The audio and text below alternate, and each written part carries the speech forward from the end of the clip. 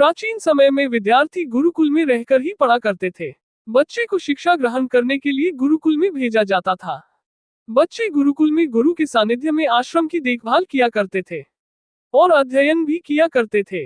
वरदराज को भी सभी की तरह गुरुकुल भेज दिया गया। वहां आश्रम में अपने साथियों के साथ घुलने मिलने लगा, लेकिन वह पढ़ने में बहुत ही कमजोर था। गुरुजी की कोई भी बात उसके बहुत कम समझ में आती थी। इस कारण सभी के बीच वह उपहास का कारण बनता है। उसके सारे साथी अगली कक्षा में चले गए, लेकिन वो आगे नहीं बढ़ पाया।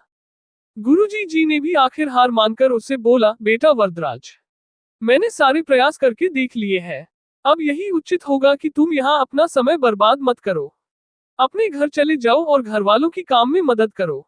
वरदराज ने भी सोचा कि शायद विद्या मेरी किस्मत में नहीं है, और भारी मन से गुरुकुल से घर के लिए निकल गया। दोपहर का समय था। रास्ते में उसे प्यास लगने लगी।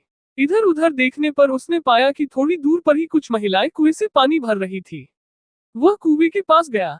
वहां पत्थरों पर रस्सी के आने जाने से निशान बने हुए थे, तो उसने महिलाओं से पूछा, ये निशान आपने कैसे बनाए? तो एक महिला ने जवाब दिया, बेटे ये निशान हमने नहीं बनाए। ये तो पानी खींचते समय इस कोमल रस्सी के बार बार आने जाने से ठोस पत्थर पर भी ऐसे निशान बन गए हैं। वरदराज सोच में पड़ गया। उसने विचार किया कि जब एक कोमल से रस्सी के बार बार आने जाने से एक ठोस पत्थर पर गहरे निशान बन सकते हैं, तो निरंतर अभ्यास से मैं विद्या ग्रहण क्यों नहीं कर सकता। वरदराज ढेर सारे उत्साह के साथ वापस गुरुकुल आया और अथक कड़ी मेहनत की। गुरुजी ने भी खुश होकर भरपूर सहयोग किया।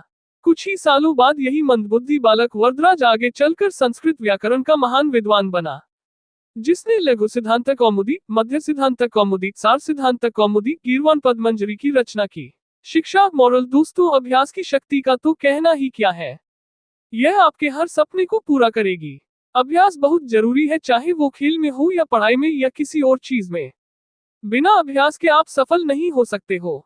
अगर आप बिना अभ्यास के केवल किस्मत के भरोसे बैठे रहोगे, तो आखिर में आपको पछतावे के सिवा और कुछ हाथ नहीं लगेगा। इसलिए अभ्यास के साथ धैर्य, परिश्रम और लगन रखकर आप अपनी मंजिल को पाने के लिए जुट